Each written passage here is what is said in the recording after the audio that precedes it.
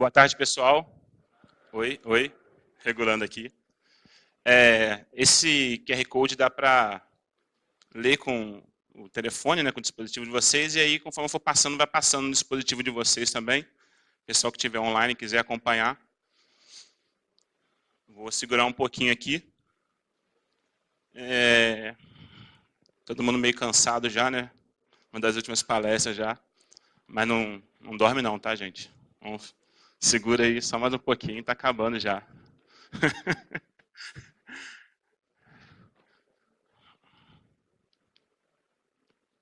Bom, eu vou falar sobre construção de aplicações modulares, né? É um tema interessante, tema polêmico. E esse aí sou eu, né? Meu nome é William. Eu trabalho na Lision Tech, gosto de PHP, o pessoal estava falando mal de PHP aí, ó, faz isso não. E sou muito fã do Vue.js, adoro o Vue.js aí, então estamos aí por conta disso.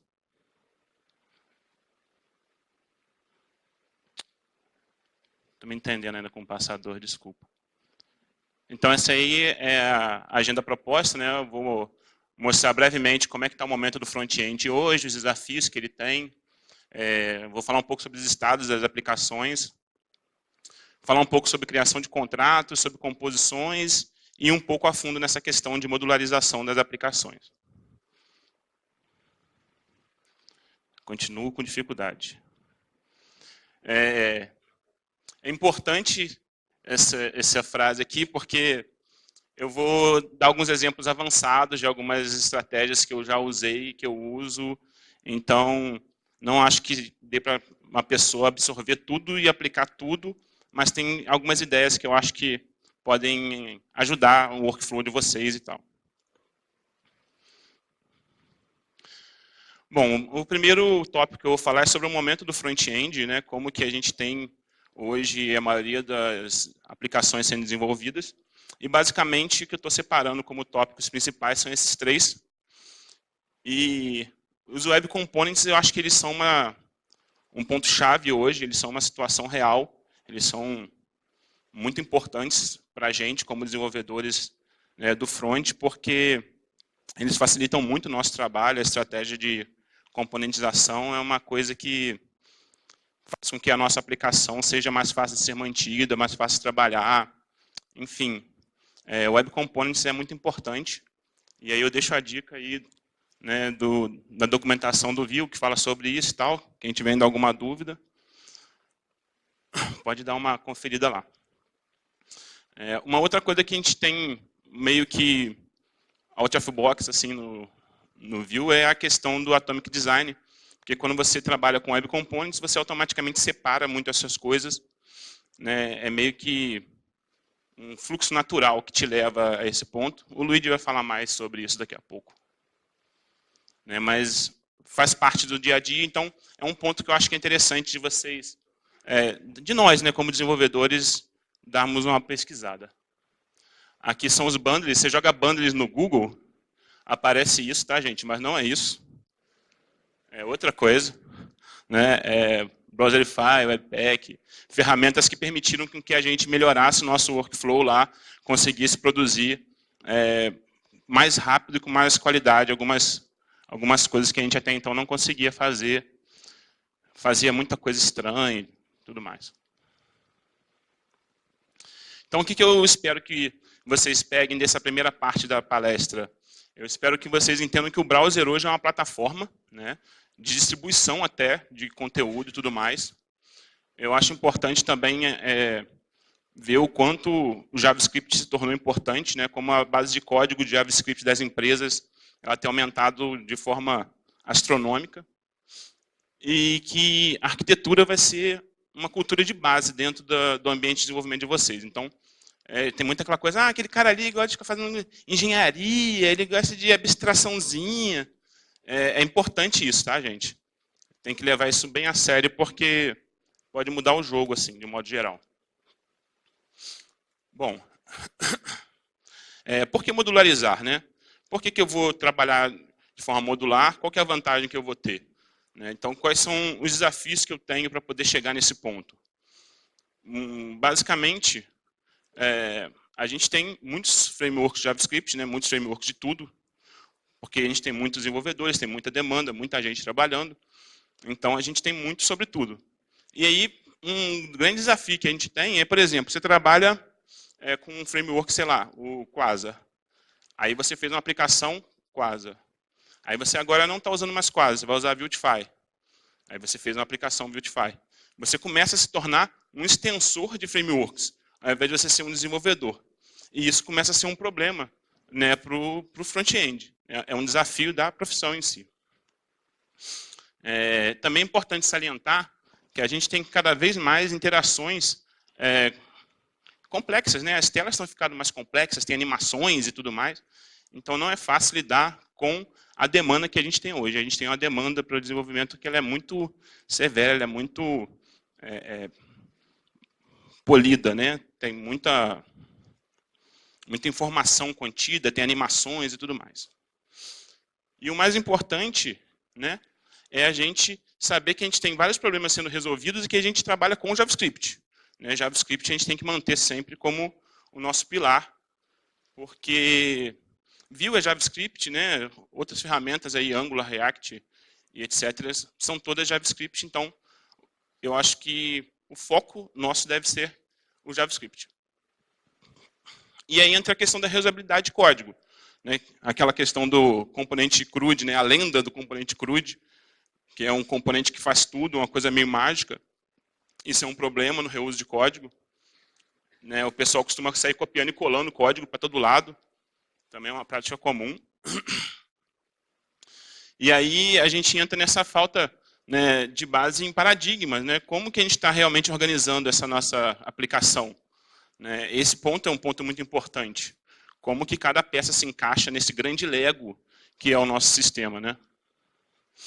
E, além disso, uma outra coisa que ainda complica mais ainda o desafio do front-end é essa questão do débito técnico ele é acumulativo. Você copia o código, cola, ele funciona. Beleza, esse código fica mais complexo e aí você copia um outro e cola. E aí isso vai aumentando e cria uma bola de neve. Né? Tem até uns gráficos aí sobre isso. Então chega num ponto em que aí você tem que refazer a aplicação porque ela ficou em manutenível de novo, e aí refaz de novo, e aí refaz de novo, e etc, etc. E é muito complicado. Também temos essa questão da gestão do talento. Né? A perda de conhecimento está sendo muito grande. Os desenvolvedores estão arrumando coisas melhores, estão indo para fora. E está sendo difícil manter um funcionário dentro da empresa por muito tempo, porque tem muitas vantagens por aí para a pessoa poder optar por uma empresa ou outra e tudo mais. Então, isso está sendo um desafio também para o front-end. Bom, então, dessa segunda parte, né, que é a parte dos desafios, o que eu acho importante é a gente entender que produzir software vai ser sobre pessoas, que a qualidade é sinônimo de aprendizado, ou seja, a gente só consegue falar sobre qualidade se a gente continuar aprendendo continuamente. Né? Todo dia, o trabalho nosso, como desenvolvedores, né, quem for desenvolvedor, né, sabe disso, é todo dia aprender um pouco mais. Né? Para a empresa também, a base de código dela é um ativo. Tá? Uma empresa que desenvolve software, o que ela está produzindo, embora a experiência de uso do usuário, o produto tenha um valor, a base de código dela é um ativo também. E é importante que todo mundo tenha aquele senso de propriedade da ferramenta. Né? É o meu sistema, é o meu trabalho, e o meu coleguinha não vai zoar meu trabalho, senão eu vou brigar com ele. Bom, aí, com base nessas informações que a gente já tem, que as ferramentas que o front-end entrega hoje são muito boas e que a gente tem alguns desafios, a gente começa a ver alguns exemplos de como romper essa dificuldade técnica que a gente tinha e como que a gente consegue evoluir a nossa aplicação de forma modular. Nesse ponto agora, eu vou começar a falar sobre os dados, né, os estados que a aplicação ela gerencia. Né, o que eu quero propor é que a gente enxergue que uma aplicação ela gerencia 3 tipos de estados, que são os dados gerenciados pela aplicação, tipo os dados que eu estou informando na tela, de fato, que ela tem também um esqueleto base, né, ou seja, uma estrutura que a aplicação tem em si, que é a nossa base de código e tudo mais, e que a gente também consegue entregar configurações para esse esqueleto para ele se comportar de uma forma ou outra. Então, eu vou apresentar aqui alguns exemplos de como a gente pode fazer isso. Esse aqui, né, nesse ponto aqui, a gente consegue ver duas telas de dois frameworks diferentes. Aqui é o Bootstrap e aqui é o Quasar. E aí aqui são os dados que eu estou imputando. Lá, o William, 18 anos, um pouco mais, talvez. E aqui o William com 0 anos. Né? Então, são os estados tradicionais que toda aplicação tem. Mas, além desses estados ali, quando eu falo de código, eu começo a ter uma base de arquitetura que eu tenho que seguir, né? Um markup básico que a gente costuma falar. Então, aqui eu tenho, por exemplo, um label, eu tenho aqui uma classe, que são classes do Bootstrap, no caso. Né? Da mesma forma que se eu tivesse feito isso aqui utilizando o Quasar, eu teria uma mesma representação usando esse markup aqui. Ou seja, são duas formas de fazer a mesma coisa, né? E geralmente a gente copia e cola esses códigos aqui, tanto esse quanto esse aqui de cima, e replica isso em vários lugares. Né? Então, uma coisa que é importante da gente pensar é que cada copiada e colada que a gente dá, ou cada código que a gente escreve, ele é um compromisso nosso. Então, se ao invés de eu copiar e colar esse markup, eu criar um componente e reusar ele, eu já consegui modularizar bastante coisa. Se algum dia alguém falasse para mim, poxa, eu quero que todos os meus inputs da minha aplicação eles mudem determinada coisa. Eu venho aqui e mudo aqui. Essa é mais ou menos a ideia. Além da apresentação, a gente passa também a ter que garantir os comportamentos também, dentro do esqueleto do sistema.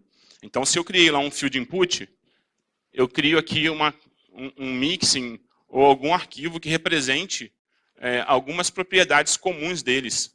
E aí eu passo, ao invés de ir lá e criar aleatoriamente qualquer tipo de input, eu passo a seguir essas propriedades que estão descritas aqui, como sendo a parte JavaScript do meu componente.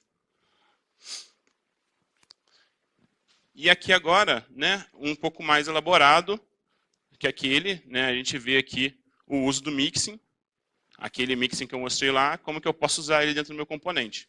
Então é a parte de JavaScript do meu componente, um componente que eu posso reusar ele várias vezes e tudo mais, porque ele parametrizou uma série de propriedades aqui, ó. Deixa eu voltar aqui para cima. Acho que esse aqui é o melhor que dá para ver. Eu pego aqui todas as props que entram e coloco como vbind do meu input. Ou seja, eu consigo diretamente modificar esse field input só passando as props que eu declarar no meu JavaScript. Né? E agora eu passar, né, para uma próxima etapa, onde eu determino o nome de um componente, por exemplo, e aí eu falo as propriedades que ele vai ter, e aí ele atua naquele meu componente fazendo a configuração dele, né, nessa terceira camada de estados que eu poderia estar atribuindo à minha aplicação. Né, aqui também é um outro exemplo, onde eu pego, além da apresentação, pego o comportamento também e isolo ele dentro do meu JavaScript e transformo a minha abordagem, né, o meu conteúdo, assim, de modo geral, num módulo isolado, onde eu posso agora reusar isso aqui de várias maneiras. Né? Eu posso, por exemplo, trocar toda a interface da minha aplicação e eu vou ter ainda o mesmo comportamento que eu tinha até então. Eu não fico travado num único framework, por exemplo. Mais ou menos a ideia é essa aqui. Se eu tinha os Web Components distribuídos aqui, né, com esses quadradinhos verdes, eu agora posso ter pequenos outros pedaços que são reusados entre esses componentes, e aí eu passo a ter essa capacidade, né, de ser mais flexível em relação às mudanças na minha aplicação. Então, o resumo disso é o quê? O código ele não vai ser um resultado, né, tipo assim, você não tem que pensar no código como a única coisa que você está fazendo. Você tem que pensar na sua aplicação, em toda a estrutura que você está montando. Né? Planejar não vai ser nenhuma perda de tempo. É como às vezes as pessoas falam, fulaninho, ao invés de estar programando, ele está lendo. Fulaninho, ao invés de estar programando, ele está estudando, está pesquisando. Né? Então, o ideal é a gente realmente dar uma pesquisada e abstrair algumas coisas. Né? eu costumo ver o pessoal falando muito assim, porque o pessoal abstraiu demais. Né? Não existe essa questão de abstrair demais. Você pode abstrair e abstrair errado, é diferente. Né? Porque a abstração nada mais é do que a gente avaliar as características de um determinado assunto. Eu vou abstrair sobre um assunto, eu vou avaliar como ele funciona, né, de forma abstrata. E aí, se você abstrair sobre aquele assunto e você implementar de forma errada, aí é outro ponto. Mas a questão da abstração ela não te leva ao erro, né, ao problema em si. Bom, mas para a gente poder fazer daquele jeito, né, fazer um módulo e fazer as coisas tão separadas, a gente precisa garantir que algumas coisas sejam seguidas. Eu não posso simplesmente sair escrevendo as estruturas de forma aleatória, sem ter alguma forma de que alguns contratos sejam seguidos, né, que a minha aplicação ela fique totalmente coesa, né, ou então pelo menos o máximo de coesa que eu conseguir. Eu vou ter algumas formas de fazer esses contratos. Eu vou ter contratos subjetivos, ou seja, coisas que vão ser usadas do mesmo jeito. E eu também vou ter convenções. Né? Por exemplo, o label vai estar sempre em cima, os campos vão ocupar determinado sistema de grid. À medida que eu for pegando as propriedades dos meus componentes e categorizando elas com alguma estratégia, eu consigo que aquilo se torne um padrão a ser seguido e aí eu consigo modificar isso, trabalhar isso de alguma forma. Uma coisa muito importante é a gente respeitar essas estruturas. Né? Então, por exemplo, se eu quiser fazer uma lista de botões, né, aqui, por exemplo, eu estou usando o Element, e eu tenho que ter um button lá, os contratos que aquele botão tem que seguir, né, ali toda a parte de ação dele e tudo mais, e aqui ter a resiliência de entender que cada ferramenta que eu for usar, ela vai ter propriedades diferentes. Né? Se eu estivesse usando um outro framework, as classes que eu estaria aplicando e as propriedades que eu estaria fazendo a manipulação aqui, elas seriam diferentes. Né? Então, eu tenho que estar meio que preparado para isso. Também é importante a gente entender que essa questão aqui do comportamento da interface, quando ela fica acoplada dentro do componente, muitas vezes são regras de negócio que são envolvidas a esse ponto aqui, né, nesse evento de modificação da tela. Então, quando eu amarro ela diretamente ao meu componente, eu estou transformando o meu componente num realizador de regras de negócio.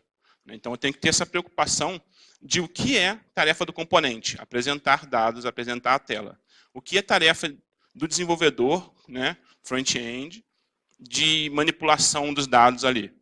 Então, quanto mais você conseguir separar, melhor vai ser a capacidade de adaptação que o seu software vai ter e melhor vai ser a sua manutenção, porque você vai estar indo num ponto específico de onde estão todas as coisas que mudam a sua interface, né, dentro de um determinado módulo.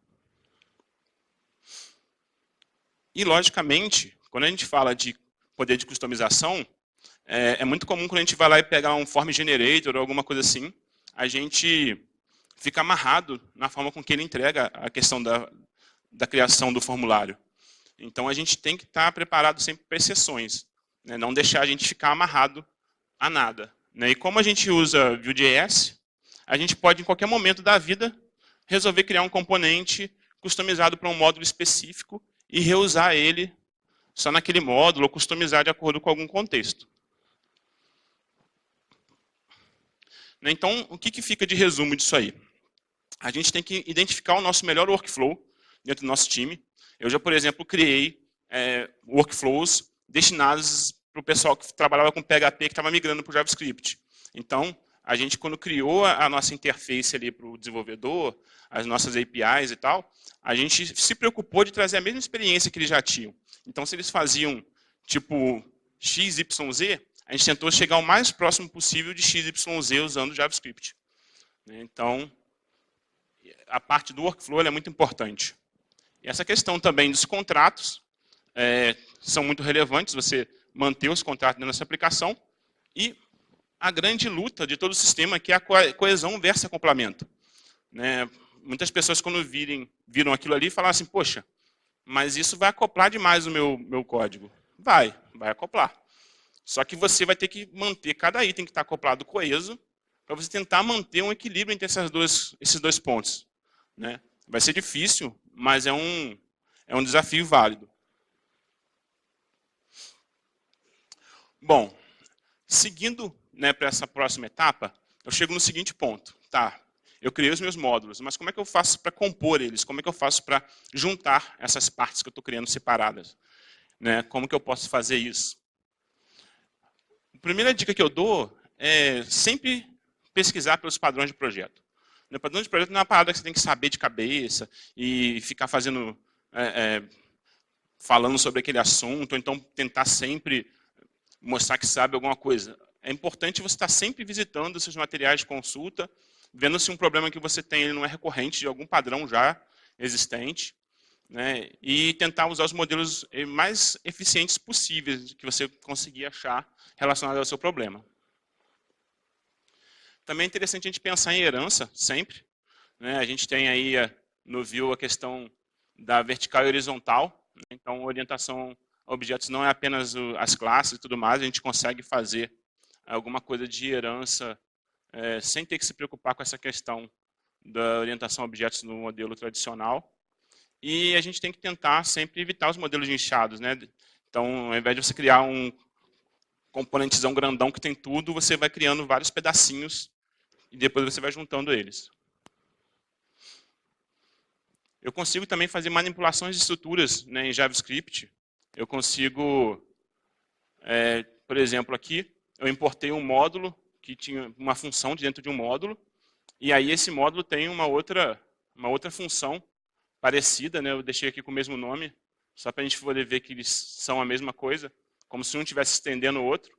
E aí agora eu fiz um spread aqui dentro, e juntei tudo numa resposta aqui dentro. Ou seja, eu consigo fazer composições usando o JavaScript de forma bem simples. Também é interessante a gente compreender essa questão dos protótipos, como é que eles funcionam. Né? Eu posso fazer coisas parecidas com essa daqui, onde eu crio uma propriedade no protótipo do Vue, que ela trabalha em cima tanto do options dele, quanto dos props, e aí me permite que eu injete um serviço ou alguma coisa que eu queira, utilizando essa questão aqui da acessibilidade, né, do proxy da propriedade. E aí eu começo a falar também sobre a questão das injeções. Né? É interessante quando a gente começa a pegar as dependências, e ao invés de a gente importar de um lado para o outro, a gente simplesmente exportar funções ou alguma estratégia que a gente consiga passar uma propriedade para outra, tipo aqui, onde eu importei uma função. Isso aqui é uma rota tradicional do Vue, né? Tem um path, tem um component.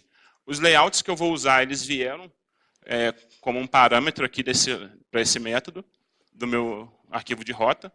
E aí, as props da minha rota vão ser resolvidas por essa função aqui. Então, eu consegui trazer de fora da rota o componente que eu vou usar e conseguir injetar no meu model, entre aspas, ali, a instância do meu router. Aí eu posso testar, por exemplo, se a página é XYZ e tudo mais. Então, o que é mais importante, eu acho, nesse módulo, é lembrar que a gente programa em JavaScript. Então, embora a gente use Vue.js, o Vue.js ele é muito prático, muito eficiente na hora de apresentar a interface, a gente tem que pegar o JavaScript e comer com farinha, assim, revirar do avesso, porque ele é muito poderoso e tudo mais, sabe? Então, essa coisa de, eu sou desenvolvedor Vue, eu sou desenvolvedor Angular, sei lá, eu não participo desse tipo de pensamento. Eu acho que a gente é desenvolvedor e aí a gente usa determinada ferramenta de acordo com um determinado contexto. E aí a gente vai se aprofundar um pouco mais nas partes mais experimentais, assim, de coisas que a gente consegue fazer. Né? Eu consigo, por exemplo, trabalhar com componentes dinâmicos no Vue. Ou seja, aqui eu estou percorrendo uma lista de campos, né, estou montando um form. Esse aqui são os fields do form. E aí eu estou recebendo aqui os campos que eu quero. E aí, com base no que está vindo de informação do meu modelo lá, eu consigo criar o componente que eu quero. Né? Então, tudo bem dinâmico. Né? Eu conseguiria fazer esse tipo de coisa. Tem até o Vue Formally e outras ferramentas parecidas com ele que fazem exatamente isso. Até o próprio Vue usa isso, né? Porque quando a gente muda de rota, por exemplo, o Vue Router ele faz o bind dentro do router Vue de um componente XYZ. Também é interessante a gente ter uns contratos bem definitivos, né? Tipo, esse aqui, o meu elemento aqui, ele praticamente só tem um mixing fields dentro dele, né? Então eu não preciso me preocupar tanto assim com o que vai ter de implementação. Se eu estou trabalhando com componente dinâmico, eu tenho que centralizar o máximo possível, mas depois distribuir também os recursos. E aqui eu estou dando um exemplo. Eu criei aqui um componentezinho em React e passei o mesmo modelinho aqui, ó, de campos, que eu estava apresentando mais lá para trás, nos slides. E criei aqui também um recorde, e isso aqui foi renderizado usando React, né, usando componente dinâmico no React também. Ou seja, eu poderia pegar o mesmo código do meu modelo JavaScript e reusar tanto no React quanto no Angular, por exemplo. É uma possibilidade. Né, então, para mim poder chegar nessas coisas todas que a gente está conversando, eu preciso separar o máximo possível em camadas, né? Que nem o Shrek lá, cebolas tem camadas e tal. Então a gente vai separando tanto que a gente pode. Não tente se preocupar tanto assim com a nomenclatura de cada coisa. Tente se preocupar mais com a responsabilidade de cada coisa. Né? Assim, a nomenclatura é importante porque é uma forma de se comunicar. Tipo, eu falo que uma coisa é vermelha e você enxerga verde quando eu falo vermelho. Então, a nomenclatura é muito importante nesse aspecto. Mas a responsabilidade de cada item vai ser muito mais importante do que o nome que você deu para ele. Aqui uma estrutura de pastas também e tal, só para exemplificar. Mas, logicamente, né, nem tudo são flores. Esse tipo de abordagem ela vai gerar vários problemas, efeitos colaterais, digamos assim, dentro do seu workflow. Né, você vai ter uma ideia complexa e você vai ter que fazer esse código ser simples. Você vai ter que fazer um componente dinâmico dentro da sua aplicação, se for fazer, mas você, embora esteja trabalhando com uma ideia que ela é naturalmente complexa, você vai ter que tentar escrever um código mais simples possível, senão depois fica manutenível. Você tem que deixar um lastro de rastreabilidade no que você for fazendo. Então, ao invés de você saltar etapas e transformar de A para Z, você tem que seguir todo o fluxo, de A para B, de B para C, de C para D, né, e assim sucessivamente. A gente tem muita dificuldade de manter resiliência com essa abordagem. Né? Ou seja, se eu imputar ali naquele meu exemplo um componente que não existe, como é que o meu componente vai se comportar?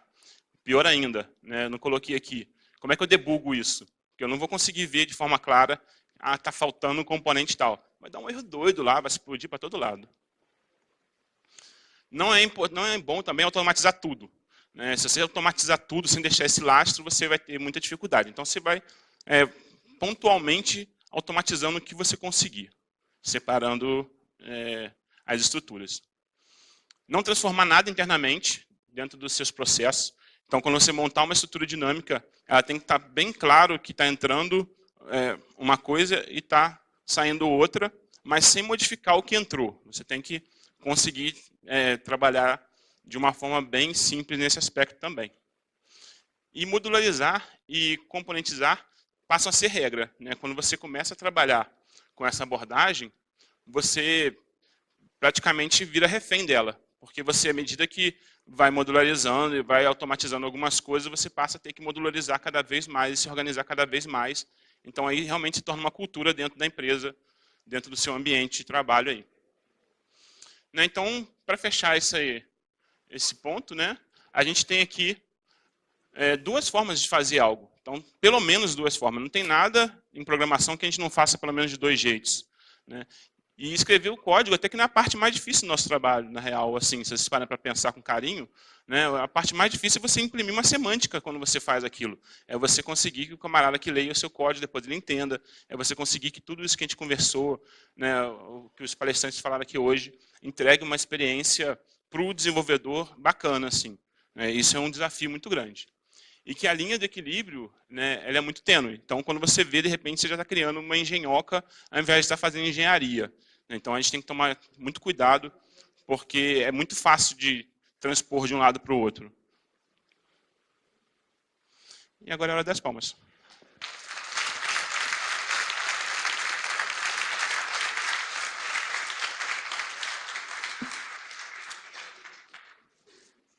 Boa!